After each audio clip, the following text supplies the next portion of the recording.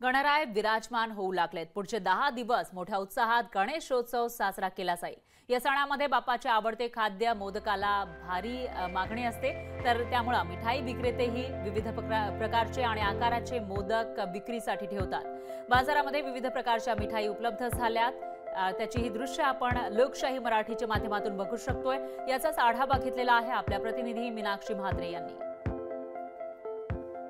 गणपती बाप्पा विराजमान होऊ लागलेले आहेत आणि पुढील 10 दिवस हा सण मोठ्या उत्साहात साजरा व्हावा यासाठी आपण पाहतोय की सगळेच मुंबईकर असतील किंवा मग गणेश भक्त असतील यांची जोरदार तयारी सध्या सुरू आहे। मात्र ह्या सणासुदीमध्ये आपण पाहतोय की मिठाईला मोठी मागणी असते, त्यामुळे सध्या गणेश उत्सवासाठी बाजारामध्ये कोणकोणत्या मिठाया उपलब्ध आहेत यासाठी आपण मुंबईच्या विविध मिठाई दुकानामध्ये आलेलो आहोत। मोठी गर्दी जी आहे ती या मिठाई दुकानामध्ये आपल्याला पाहायला मिळते। मात्र दुकानदार आहेत इथले, त्यांच्याशी आपण बातचीत करण्याचा प्रयत्न करूया।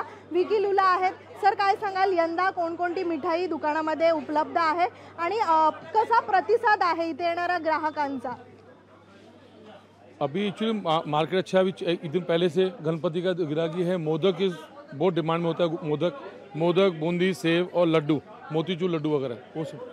अभी डिज़ाइनर मोदक हैं जहाँ पे अंदर फिलिंग्स हैं, चॉकलेट की फिलिंग्स हैं, फिर चॉकलेट ब्राउनी मोदक है, फिर काजू मोदक होते ही हैं। काजू में फ्लेवर्स हैं अभी, और जैसे कि स्ट्रॉबेरी पिस्ता फ्लेवर्स आ रहे हैं काजू में, और बेटर लाइफ है काजू की डेफिनेटली। अब मावा मोदक तो होता ही है, केसर एंड प्लेन मोदक वो तो रेगुलरली था, ये डिफरेंट है समथिंग। और बड़े मोदक है 1 किलो 1.5 किलो, बड़े वाले आधे किलो सब। मुंबई शहरामध्ये मिठाईला मोठी मागणी असते। गणेश उत्सव सुरू झालेला आहे आणि या पुढील विविध मोठमोठे सण आपले सुरू होतील आणि या सणासुदीला आपण पाहतोय की मिठाईची मोठ्या प्रमाणात मागणी असते आणि त्याच अनुषंगाने आपण पाहतोय की मिठाईच्या दुकानामध्ये सध्या मोठी गर्दी जी आहे ती गणेश भक्तांची आपल्याला या ठिकाणी पाहायला मिळते। व्हिडिओ जर्नलिस्ट राजेश मनियारसह मीनाक्षी म्हात्रे, लोकशाही मराठी, मुंबई।